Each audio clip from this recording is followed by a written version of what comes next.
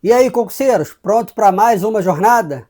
O que vocês acharam até aqui, pessoal? Então, fizemos aí 2 blocos de aposentadoria por incapacidade permanente e agora a gente fecha o assunto na nossa hashtag 92 para a gente abrir o próximo assunto que vai ser, adivinha o quê? Adivinha?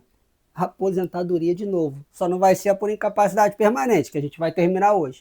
A gente vai começar a falar de uma outra aposentadoria muito interessante, que é a aposentadoria especial. Então, fica atento aí que a partir do bloco da hashtag 93 a gente já inaugura uma nova espécie de aposentadoria e continuamos aí, falando infinitamente de aposentadoria, não é isso? Mas já está acabando, estamos caminhando aí para a parte final.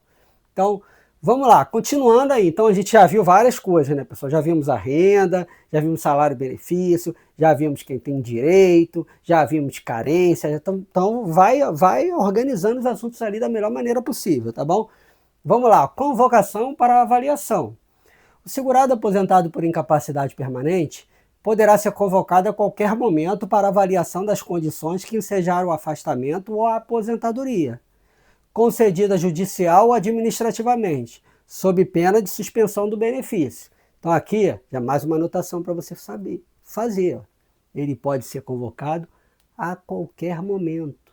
Então não tem prazo. Ele foi convocado, ele tem que se apresentar para verificação da capacidade ou não, tá? Quer deixar mais uma observaçãozinha anotada? Já anota aí também, para não esquecer mais uma vez. Tá? Vou falar mais uma vez. Tá? A aposentadoria por incapacidade permanente, ela é reversível. Pode ser desfeita. Por isso que ele é convocado para verificação. Diferente das outras. Todas as outras que a gente já viu, que ainda vai ver, como a especial que a gente vai ver no próximo vídeo, ela já era, tá? Então ela é irreversível. Quando você começa a fazer os pagamentos, quando você recebe o primeiro benefício, saca o FGTS ou saca o PIS, acabou. Você fez um pacto, é o pacto do mal com o INSS. Você fez o pacto lá com o INSS, já era. A aposentadoria por incapacidade permanente não. Ela vai ter essa diferença, porque ela é a única que é reversível. Então, ó, coloca assim, ó, IPC, importante, importante.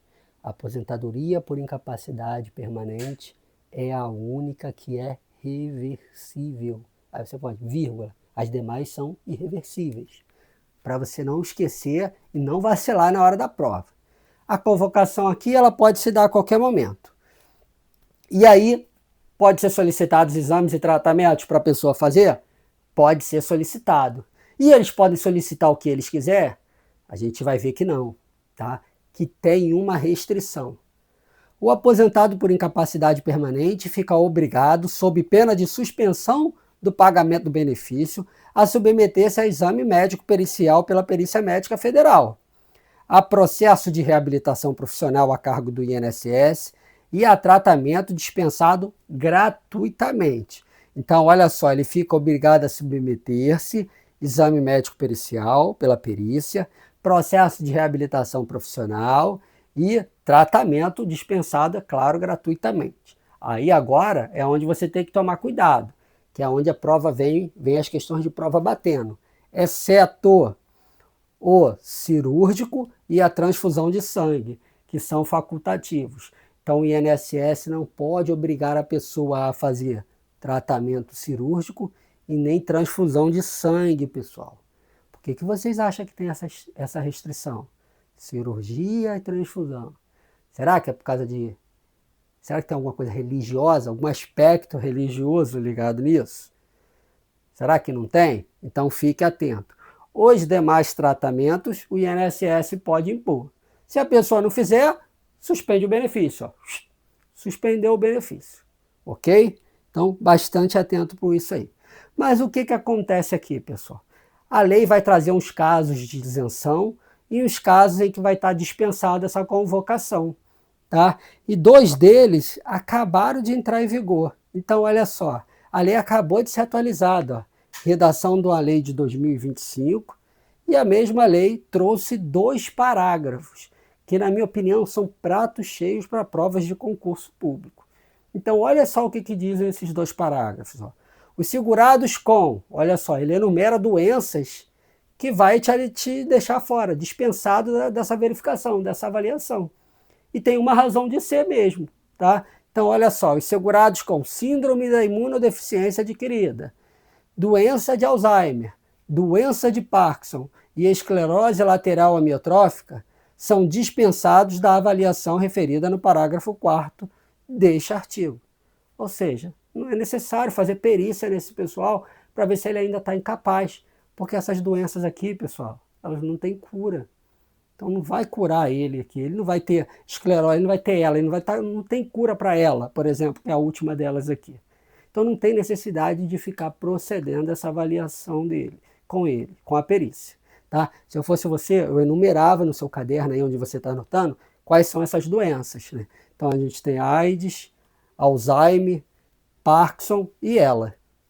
Tá? Deixava bem enumerado ali que essas doenças vão afastar a avaliação. Beleza? E tem mais? Tem mais uma disposição aqui no parágrafo 6º. Se a perícia médica constatar que a incapacidade é permanente, irreversível ou irrecuperável, então, ó, permanente, irreversível ou irrecuperável, o segurado aposentado por incapacidade permanente é dispensado da reavaliação das condições que ensejaram o afastamento à aposentadoria, concedido judicial ou administrativamente, salvo quando houver fundada suspeita de fraude ou erro. Tá? Então, salvo o caso aqui de fraude ou um erro, tá? Ou seja, houve uma fraude aqui nessa verificação, um suborno, alguma coisa desse tipo, ele está dispensado também, assim como o caso anterior. Tá? Isso aqui é novo, pessoal, é de 2025, então é necessário ficar com bastante atenção com isso daqui. Bastante atenção, principalmente aqui o parágrafo 5º, eu diria que é um prato cheio para a prova de concurso, tá? Que é uma exceção muito interessante. E a lei ainda vai trazer mais isenções, pessoal. Vamos dar mais uma olhada em algumas isenções. Então, olha só, da isenção para realização de exames. Ó. O aposentado por incapacidade permanente que não tenha retornado à atividade estará isento do exame médico pericial. Então, mais dois casos aqui que ele vai estar isento.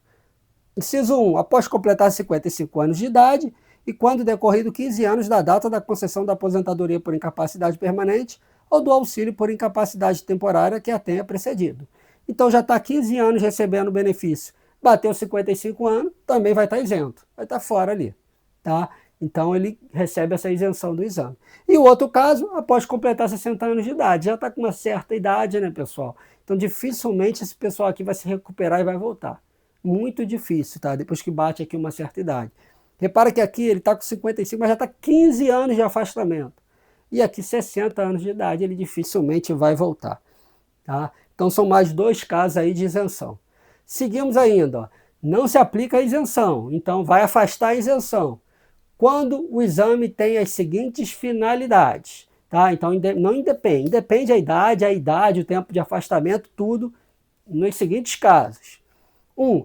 Verificação da necessidade de assistência permanente de outra pessoa para a concessão do acréscimo de 25% sobre o valor do benefício, no termo do disposto no artigo 45. Então é caso de requerimento lá, ele está pedindo para ter o direito ao auxílio acompanhante de 25%, aí, pessoal, ele tem que passar pela perícia, independente de idade, né? Para poder fazer essa verificação, se preenche lá os requisitos do anexo que a gente viu. Tá? 2. Verificação da recuperação da capacidade elaborativa por meio de solicitação do aposentado que se julgar apto. Ou 3. Subsidiar a autoridade judiciária na concessão de curatela, observado o disposto no parágrafo 4º do artigo 162. Tá? Então, subsidiar em caso de curatela. Ele diz que está apto, que ele está bem, independente de idade, ele vai ser chamado para a perícia. Aí não tem como dispensar a perícia. Pode chamar ele para fazer essa verificação. Tá? E o caso de cima lá do auxílio acompanhante, não é isso? Agora, vamos dar uma olhada na parte final para a gente encerrar esse assunto de vez. Ó.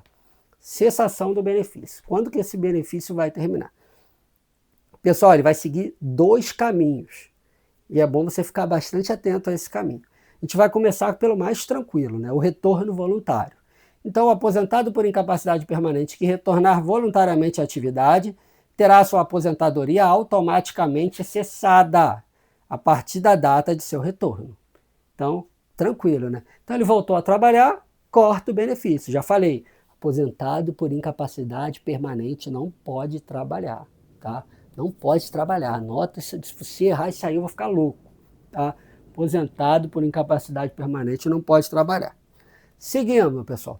recuperação da capacidade do trabalho. Aqui eu tenho que tomar cuidado, tá, pessoal? Porque ele vai dividir essa recuperação em total e vai trazer outro desdobramento aqui. Monta um esqueminha para você organizar isso aqui de uma maneira que você não vai errar, que você não se perca. Então vamos lá, ó, recuperação da capacidade. Ó.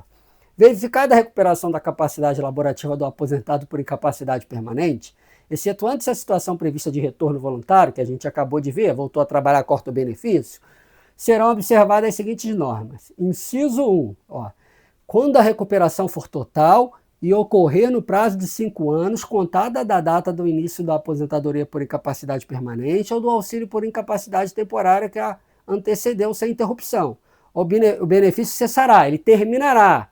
Então, olha só, recuperação total, 5 anos da enfermidade, que deu direito ao benefício. Recuperação total, 5 anos da enfermidade, que deu direito ao benefício. Quando que vai terminar o pagamento? De imediato. Para o segurado empregado que tiver direito a retornar à função que desempenhava na empresa ao se aposentar, na forma da legislação trabalhista, valendo como documento para tal fim o certificado de capacidade fornecido pela Previdência Social. Então, para o empregado, vai terminar de imediato, quando ele tiver direito a voltar lá ao trabalho dele, porque ele vai ter lá a remuneração do trabalho dele. Voltou a trabalhar, vai voltar a receber tudo certinho. Após tantos meses quantos forem os anos de duração do auxílio por incapacidade temporária e da aposentadoria por incapacidade permanente para os demais segurados. Então, tirando o segurado empregado, os demais vão receber durante tantos meses quanto forem os anos de afastamento. Depois disso, o benefício cessará. Professor, não entendi nada. Então, se ele ficou afastado 3 anos, ele vai o quê? Receber o benefício durante 3 meses. 3 anos, 3 meses. Depois o benefício cessará. Se ele ficou afastado 4 anos, ele vai receber por 4 meses. Se ele ficou afastado por 2 anos, ele vai receber por 2 meses. Depois o benefício cessará. Então esse é o primeiro caso, quando a gente fala de recuperação total dentro do prazo de 5 anos.